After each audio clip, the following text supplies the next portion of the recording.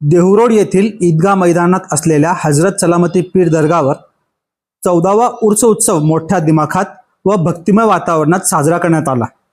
राज्यभरातून आलेल्या हजारो भाविकांनी दर्गावर हाजरी लावून सलामती पीर साहेबांचे दर्शन घेतले। या उर्स उत्सवाचे आयोजन सलामती पीर दर्गा ट्रस्ट तसेच जामा मस्जिद ॲडहॉक कमिटीच्या वतीने करण्यात आली होती। सध्या पवित्र रमजान महिना सुरू असल्याने दर्गा मैदानात ट्रस्टच्या वतीने सर्व भाविकांसाठी रोजा इफ्तारीची व्यवस्था करण्यात आली होती। तसेच संध्याकाळी सर्वांसाठी लंगरे आमचे आयोजन करण्यात आले होते। उर्स उत्सवानिमित्त दर्गा परिसरात दिवसभर भाविकांची मोठी गर्दी पाहायला मिळाली। भक्तांनी प्रार्थना करून सलामती पीर यांच्या प्रती आपली श्रद्धा व्यक्त केली। त्याचप्रमाणे हाजी अरफात शेख यांनी देशात शांतता असावी यासाठी विशेष प्रार्थना केली। संपूर्ण परिसर भक्तिमय वातावरणाने भारावून गेला। विशेष करून या उर्ससाठी अनेक सुफी संत, इस्लामिक गुरु, त्याचप्रमाणे सर्व धर्माचे मान्यवर व सर्वसामान्य नागरिक मोठ्या संख्येने उपस्थित होते।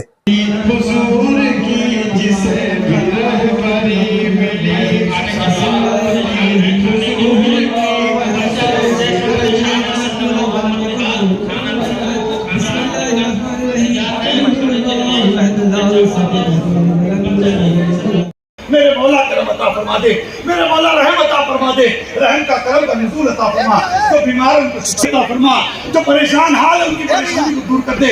अल्लाह हमारे उम्मा और दीन की वो दराज़ी अता फरमा, अल्लाह उम्मा की इज्जत करने वाला बना, अल्लाह वलियों की इज्जत करने वाला बना, अल्लाह मेरे वालिद सलामती की उनकी दाद के दर्जात को बुलंद अता फरमा, खुसूसन मेरी मां की उम्र दराज़ी अता फरमा, मेरे बच्चों की उम्र दराज़ी अता फरमा, मेरे यासर रशी आलपी अली शाह जान सुल्तान के मुकद्दर दुआ के या अल्लाह करम अता फरमा, अल्लाह सबको देने वाला बना।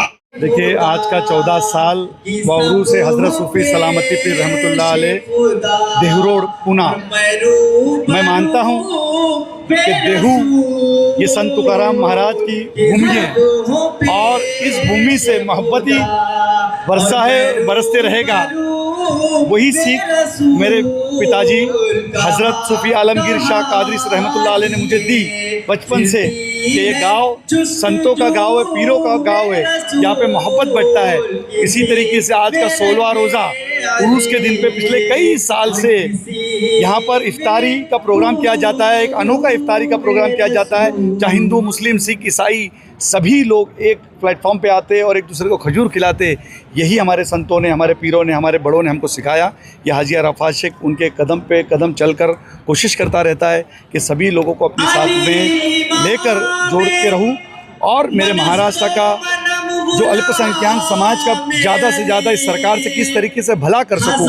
मैं आज के दिन इतना ही कहूँगा कि जितने भी लोग यहाँ पे मौजूद है, अल्लाह सबकी जायज़ दिल मुरादें पूरी करे, अल्लाह सब पे रहमत अता फरमाए, करम अता फरमाए, बरकतें अता फरमाए। इस गांव में, इस शहर में, स्टेट के अंदर जो कोई बीमार है अल्लाह उनको शिफा कुल्ली अता फरमाए। ये स्टेट नंबर 1 का स्टेट हो जाए, ये देश नंबर 1 का देश हो जाए, ये गांव नंबर 1 का गांव हो जाए, ये मेरी कोशिश रहती है। और इसी तरीके से मैं हर साल इफ्तारी का प्रोग्राम यहाँ पे रखता हूँ देहूरोड के अंदर, और सभी मेरे दोस्तों का तहे दिल से शुक्रिया अदा करूँगा, पूरे गांव का शुक्रिया अदा करूँगा। आज शिव जयंती का प्रोग्राम होने के बावजूद भी मेरे साथ के जितने, जब मैं स्कूल के टाइम से लेकर आज तक जितने जाता था, वो कोई भी पार्टी में हो, सेना में, भाजपा में, राष्ट्रवादी में, हर पार्टी के जो लोग होंगे, लेकिन एक जब गांव की बात आती, मोहब्बत की बात आती, सभी लोग एक प्लेटफॉर्म पे आते हैं। वो आज देखने के मिला, हर एक ने अपना अपना प्रोग्राम अलग अलग ठिकाने पे किया, लेकिन यहाँ पे ज़रूर इफ्तारी करने के लिए इस हाजी अरफात शेख के साथ पहुँचे। मैं मेरे पूरे गाँव के सभी पार्टी के लोगों का, जितने लोग यहाँ पे मौजूद है, सबका तहे दिल से शुक्रिया अदा करता हूँ। अल्लाह उनके नस्लों को आबाद करे, अल्लाह उनके ख़ानदान को आबाद करे, अल्लाह उनको खूब तरक्की दे। सलामती पीर रहमतुल्लाह अलैह का दरबार दिन पे दिन भीड़ बढ़ता जा रहा है, बरकतों से बढ़ता जा रहा है।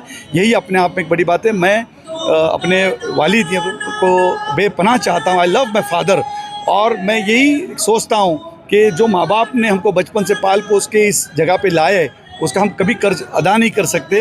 ये मैं कोशिश करते रहता हूँ कि उनके दुनिया से पर्दा होने के बाद एक पीर की पदवी जब उनको मिली, 16-17 साल मैंने मेरे पिताजी आलमगीर शाह कादरी को सोते हुए नहीं देखा था, जो जानमाज के ऊपर ईशा की नमाज के बाद जाया करते थे, फजर तक जाते थे और दुआ करते थे। एक संत की पदवी मिलने के बाद उन्होंने अपनी ज़िंदगी को एकदम बदल दी थी।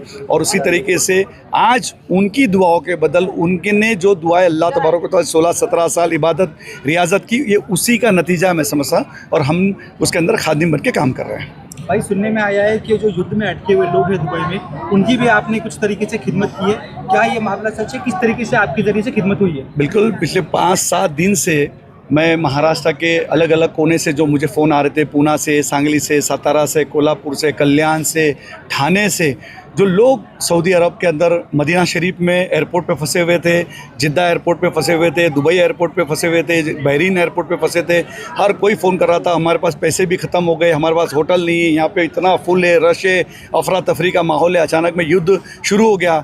मैंने माननीय देवेंद्र फडणवीस जी से बात की, एकनाथ शिंदे जी से बात की, और देवेंद्र जी ने एक स्पेशल टीम तैयार की महाराष्ट्र के ख़ास तौर पर लाने के लिए।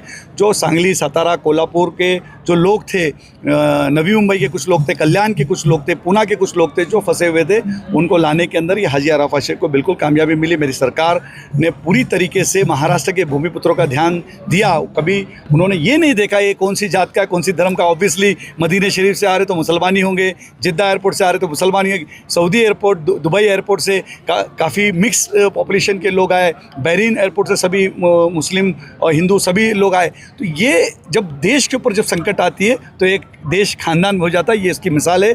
मैं उन लोगों को हमेशा ये जवाब देता रहूँगा कि जब बात करते देश की, स्टेट की, जब बातें करते, जात पात की बातें होती, जब ऐसी वक्त आती तो पूरी सरकार पूरी ताकत के साथ इंडियंस बोल के खड़ी होती।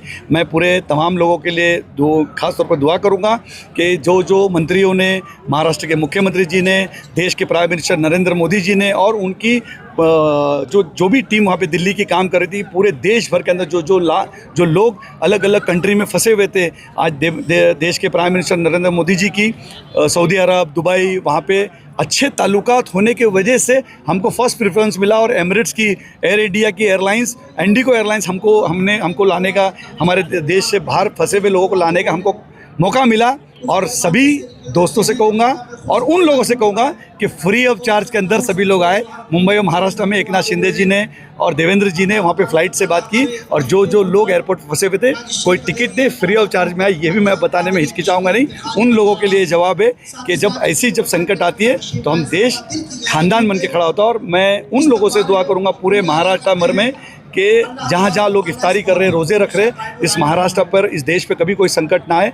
अल्लाह से दुआ करते हैं मेरा देश नंबर 1 का देश बन जाए। जब देश की बात रहती तो हाजी अराफात शेख और तमाम मुसलमान, पूरे हिंदुस्तान के मुसलमान देश के साथ हमेशा खड़े रहेंगे, ये मैं आपसे वादा करता हूँ। ये सूफियों ने आज दरगाह पे, आप तुमने देखेंगे, सूफियों ने वादा किया, सूफियों ने दुआ में की कि आज पूरे देश के लिए सूफी दुआ कर रहे थे। वो ये नहीं बोल रहे थे कि मुसलमान के लिए किए या हिंदू के लिए किए, वो देश सबसे पहले आगे, देश सर्वोच्च आगे रहना चाहिए। और देश के लिए आज इज्तिमाई दुआ हुई और हिंदू, मुसलमान, सिख, ईसाई आज सभी स्टेज के ऊपर नज़र आए।